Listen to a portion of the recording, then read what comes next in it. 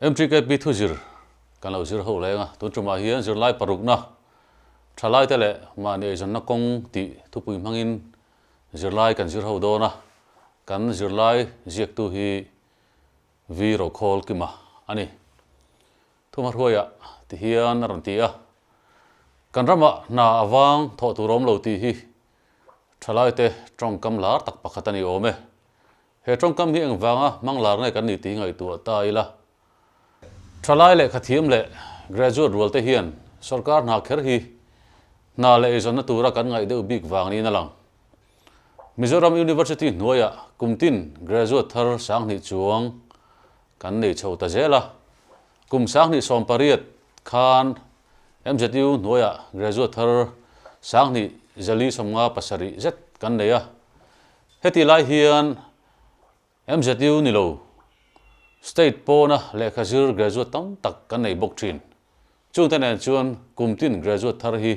mi sang thum don vel zet chu kan nei thin ti na ni chu line thang thanga lekha thiam graduate role an pung thur thura chung zinga atam jok te chuan sarkar na tho theuh duwa sarkar na la chu awangin awm chun la thlin harem em bok si mitam tak chu kut na tho hre tok lakin anin zir thiam sanga chung ko chom na na be tham tak loin private school vela thokpo mitam tak anom ani sarkar nai min dai vek lova sarkar la in kumtin na thok thar tur alak tam thelo zia kan ria company lian tham kan rama awm lova private noya na tho tur la atam chung silo engtin nge Ṭhalai le khazir sang tak tak le zir sang lem lo te po hian mahni a eizawnna kawng kanin tapta kang ti hi ngun taka kanin ngai tu angai ta ani tu chuma chuan chu pass chuan chu zir thei chu exam thei officer ni thei ti lam ringot thlir lovin lekha thiam lo jok zir sang lem lo te point mahni anin to dela chung ku an chom theina tur eizawnna lam kawng kan zir ho do nani masabera chuan entrepreneurship tin thupui anda a awol sam theyang berin entrepreneurship chu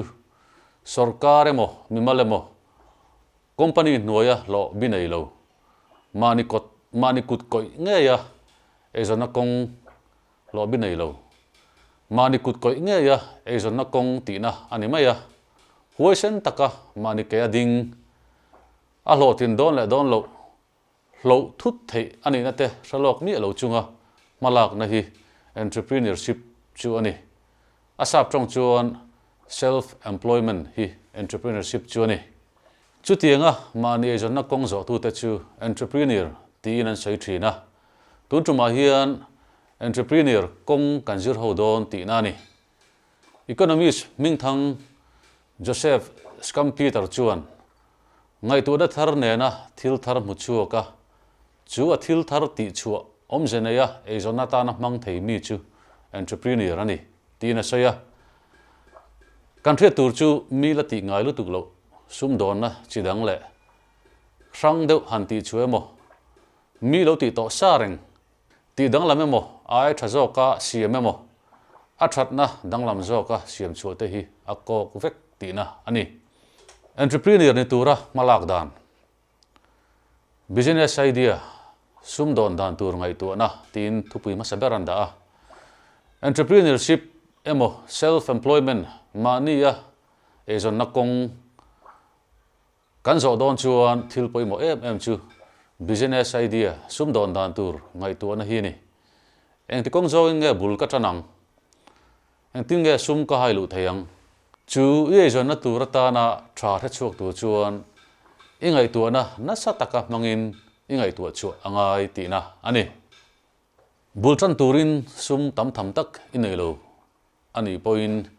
chu business idea atan chuan thilian tham tak ingai tu na da ngal kher atulo alien emo atemo po ni se idea chu thil ti dan tharemo thil thar siam emo mi lo ti to dan siam dang lam emo ani angaya chuti rual chuan midang te aya that bik na lama adang lam turani ti ero isge da poimo thungang bultan na tura kan sum nei zat le ma ni theina le thiam na kan zo tok le phak tok chin kan riat chena poimo chuti rual chuan zoi a thang lian zel tura in buat sai le kan in ruam manaro anga yani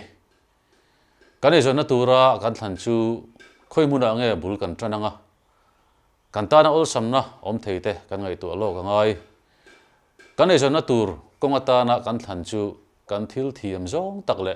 kan tui chil ani angaya tu te namo ol sam angrang taka kan ngai an hlo thlin pui le an ho sak pui awang rengotin kan hlo thlin pui ve kher lo thei ti hriat ero tul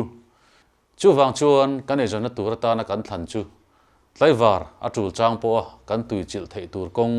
kan thlan thiam a poimo ani heti ruala kan hriat tul chu kan eizawnna tur ta na kan ngai tu business idea khan kan mamo man rua raw material muol sam le ngai tu har salo kan thlan thiam a poimo a sum kan tho chu tran hnuwa po kan tho chu chu atamemo atlememo kanin ran thiam tur ani thu pui dot le chuan eizawnna tur konga entirna thren khat ti hian ran soya pakhat na chuan food processing atia mizo te hi eile in mom som du tak kan nia kan thenom ram Myanmar atangin ei phung dep noi chi sang kan la lut na sa em ani hetiang thil hi sum tam tak seng lem lovin kan siam ve the ni ti kan ria ta tha theite min tui tak mai no khat chang som po in kan lei thadu lova chuti lain Myanmar atanga kan lak lu theite troi unpack pum ni cheng nga in kan lei du em si mom som le dep noi chi sang te hi siam ve la chu eizawnna thatak katan man thei ani panina lume emo lumet tur chuan thiamna skill la poimo lume hi zir the ni a thil thiam har sa tak po ani lem lo bultran turin sum tam tak sen angai lem lova khoi molaya dor lian lem lo loin bultran the ani bultran tir chuan dor tu tam tak inei lo ni point nakin loka chuan ilume kher lo chu du lo mi tam tak inei thuayang in lama lume tura ko thei ni te lei hi ala lok le zual ngeyang lume na hlo tangin mi tam takin chungkua an choma in le lo an dina lir thei an lei thei ani pathumna chuan desktop publishing DTP tunlai Ṭhalaite zinga computer kan nei ferfura tam tak te chuan games khelnan le hun khoral satli nan ringot an mang thin ani computer te hi manin chung lum atanga eizawnna thatak atan kan mang theini ti kan hriat ta tha sum hong lo zonga computer thiam lo hian lekha chut kan thiama thalak siam vel kan thiam chuan bultan na turin sum tam tak po sen bel ngai lovin eizawnna thatak atan kan mang ngal thei ani palina cement mystery kan rama biakin tamjok le concrete building tamjok hi kan tho peilo thoka chungkua choma eizawnna beram mang tu namdang vai mystery lekha po thiam lo te sak ania tuna chuan mizo thalai cement mystery po kan nei ve tanual mai chung te chuan tho sen lo na an neia an ol man lo ani ber mai cement mystery hi mizo Ṭhalaite ta na thiam harsa ani lova vai mystery nuaya helper na thok reng tur kan nei big lo ti kan hriat a tha business idea entirna tarlan tur tam tak om theyang ma se tarlan vexen ero ani silo Ṭhalaite hian ma nia eizawnna tur kong kanin dap na kong a hian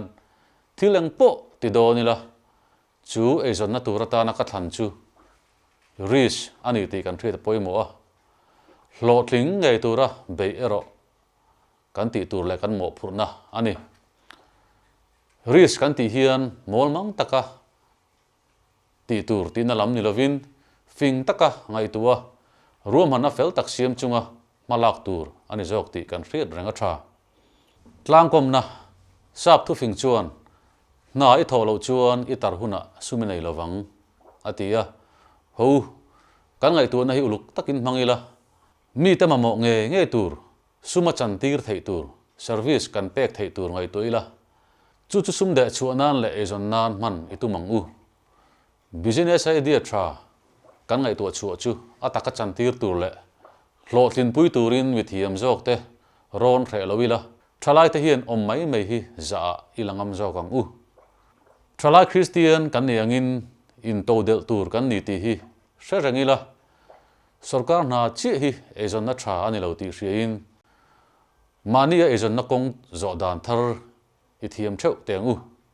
Thessalonica thon khat bungli chang som pakhale som pani tuin ato paron khara tiang hian kan thrilang ngei cheu khan phili ruai lovin mahni na theuh vuan tlatin mahni kut ngein na thok ro u ti chuan mi tengai san in hlonga engma in tla cham lovang ti ni kati jong kha tun tuma kan zir te te chu ni e